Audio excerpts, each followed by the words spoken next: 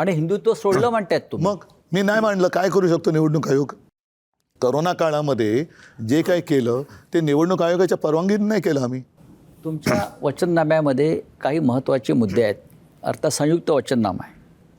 काल देवेंद्र फडणवीस यांनी सांगितले की आम्ही मुंबई झोपडपट्टी मुक्त करू. म्हणजे काय करू? अडाणी युक्त करू. आज धारावीमध्ये जे चाललंय, पात्र अपात्रचा खेळ करून धारावीच्या निमित्ताने अर्धी अधिक मुंबई जवळपास अडाणीच्या घशात टाकल्या असं म्हटलं तर ते वावगं नाही आहे. मुलुंडपासून सुरुवात होते. कांजूरची मिठागर टाकलेत, दहिसरचं टाकले, कुर्ला मदर डेअरी टाकले.